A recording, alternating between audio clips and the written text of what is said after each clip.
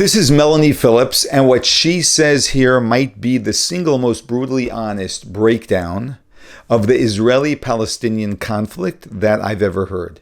She doesn't just destroy the propaganda, she exposes how the West's entire moral compass has been hijacked by a lie. People in the West, in Britain, believe, insofar as they think about Israel at all, and a very large number don't think about Israel at all, but insofar as they think about it and they kind of take a side, the elites, they will take the Palestinian side because they believe in the lie that's been told for the last half century that the indigenous people of the land of Israel were the Palestinian Muslims. Along came the Jews after the Holocaust. Because of sympathy for their plight, the Western world plonked them down in Palestine, where they drove out the indigenous population, and those Muslims who were left, those Palestinians who were left, they have oppressed ever since. That's basically what people believe. And they believe that because they don't know history of Israel, they know none of the history of the Jewish people, none of the history of the Middle East. And because they're told this all the time by their mainly left-wing university teachers and so on, they have no idea that the Jews are the only people for whom the land of Israel was ever their national kingdom, centuries before Islam was even created. They have absolutely no idea at all. So there's ignorance and ideology, because they think that the Palestinians are like other developing world peoples, poor and oppressed because they've got brown skins. They think Israel is a white-skinned population and is therefore, it must be white because it's Western and it's an adjunct of America. If you tell them that the majority of Israelis are brown or black-skinned, like me, well, I'm not black-skinned, but they can't process this. So there's all of that, but I think that Israel itself has a lot to answer for in this misapprehension. The Jewish communities of the diaspora have a lot to answer for, because nobody has actually told the truth about this. In the Jewish communities of the diaspora, particularly in Britain, which is what I know about, I would say the majority believe in a two-state solution. Why do they believe that? Because they believe basically that this is a fight over land, because this is how it's been projected for a century, that you have a piece of land, you have two peoples, the Jews, the Palestinians, each of which has a claim to the land. We in the West can't arbitrate over that claim, but clearly if you have a piece of land being fought over by two contesting parties, what you do is you negotiate, you bang heads together, you make them separate the land, you make them divide the land between them. End of problem. That's the two-state solution. One lot has that, the other lot has that. Very neat. The problem is that the problem to which this is the solution is not identified correctly. It is not a problem over land. It is not a problem over the division of land. If it was a problem over the division of land, it would have been solved in the 1930s when the Palestinian Arabs were offered part of the Holy Land as a state of their own, and they refused and went to war instead to prevent the Jews from having a homeland in any part of that land. That has continued ever since. The Palestinian cause is one of exterminating the state of Israel and removing Israel as a Jewish homeland altogether. And not only is Palestinianism aimed at removing and destroying Israel and removing the Jewish homeland, it's also based on the big lie which rewrites the Jews out of their own history in the land. It pretends that the indigenous people of the land were the Muslims, Palestinians, and that the Jews are interlopers, where in fact the reverse is true. The indigenous people of the land are the Jews, and the Palestinians do not exist as a people. They say it themselves. They've said it themselves over and over again. We invented it. We invented it in order to twist the minds of the West and in order to present ourselves as having a claim to the land. So this is a lie from start to finish, a big lie.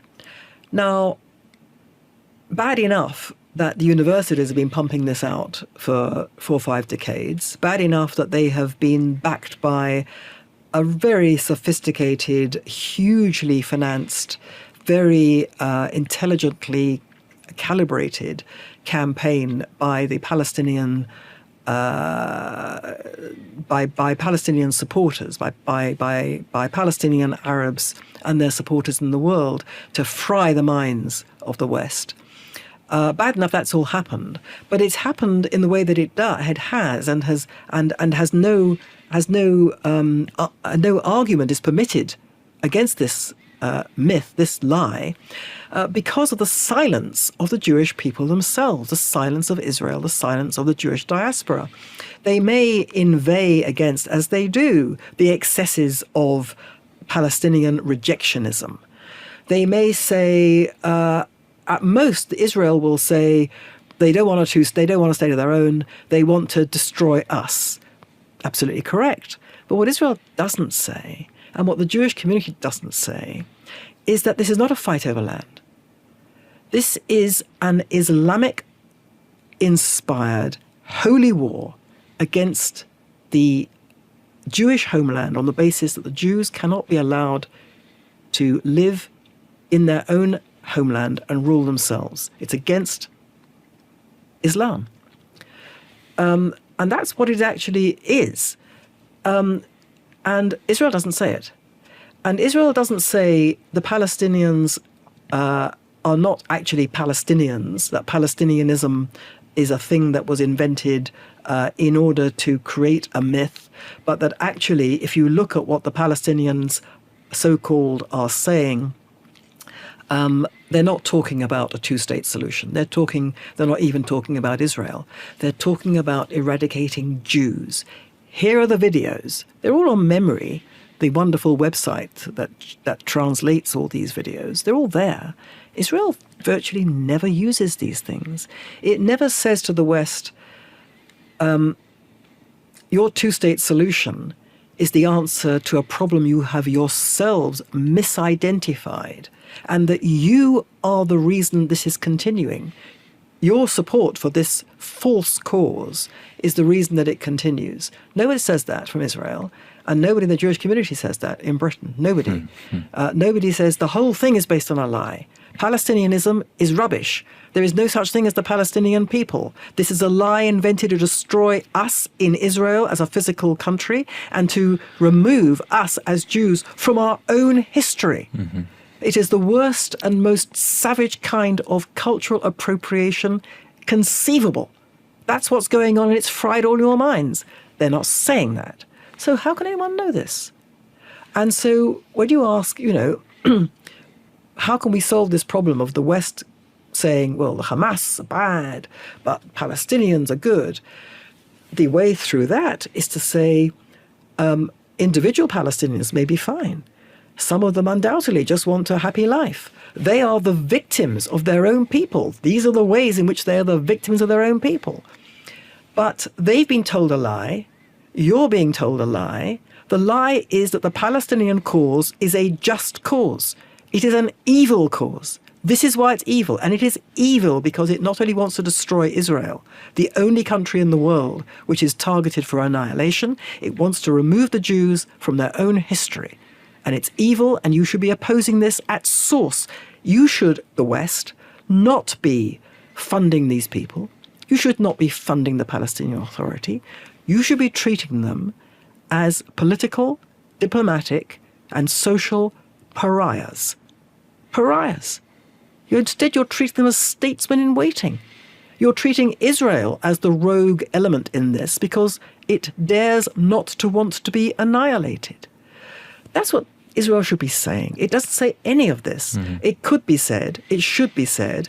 And it's not a question of, how can you show people that there is no distinction between Hamas and other Palestinians. It's how do you show people that the Palestinian cause itself is based on a lie and is the source of intellectual and moral corruption in the West, which has knocked the West, in my view, completely off its moral compass. I think the importance of the Palestinian cause to the moral, intellectual, and cultural disintegration of the West, which is underway, cannot be overestimated, because it is the quintessential example of how you no longer, as a Western society, you are no longer able to distinguish between truth and lies, victim and victimizer, and as a result, you take the side of the aggressor over the victim, and you punish the victim by upholding the lies. And this has, I think, cut a swathe through Western society and Western culture far beyond the issue of Israel and the Middle East. I think it's acted as a kind of moral cancer. Palestinianism is a moral cancer in the West, which has corrupted its intellectual elites, fried the collective brain, and destroyed the West's ability to distinguish truth from lies, and the ability, therefore, to defend its own way of life. Wow. It could not have been clearer than that. Here's what happens. When people begin to believe the beginning of a lie, even if it's just to pacify the person, they're complaining, so you say you'll just go with what they're saying even though you don't agree. And then you start building on that lie. You start building an entire structure, which can be a huge structure.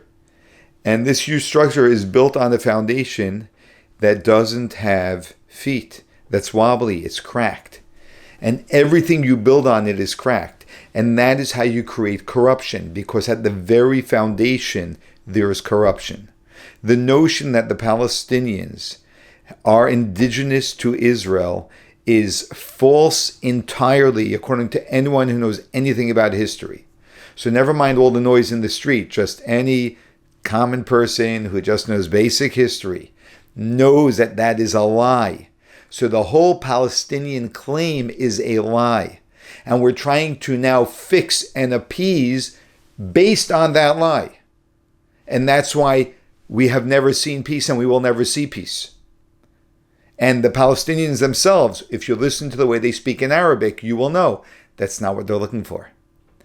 They're looking for an eradication of the Jewish people to take over the land of Israel. They're not looking for peace. That's why we don't have peace. So there's only one solution. Israel's got to destroy Hamas and destroy any vestige of terrorism that exists in Gaza and in the West Bank.